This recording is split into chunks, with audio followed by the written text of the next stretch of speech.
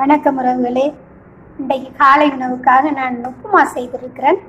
இதை எப்படி செய்திருக்கேன்னு சொன்னால், வெங்காயம், பச்சை மிளகாய், கருவேப்பிலை இதெல்லாம் நான் பட்டரில் வதங்கினா பிறகு பீன்ஸும் கேரட்டும் சேர்த்து அந்த வெங்காயத்தோட வதங்க விட்டேன். அது வதங்கினா பிறகு கத்தரிக்காயும் உருண்டைக்கிழங்கையும் பொரிச்செடுத்துட்டு இதில் நான் சேர்த்துருக்கிறேன்.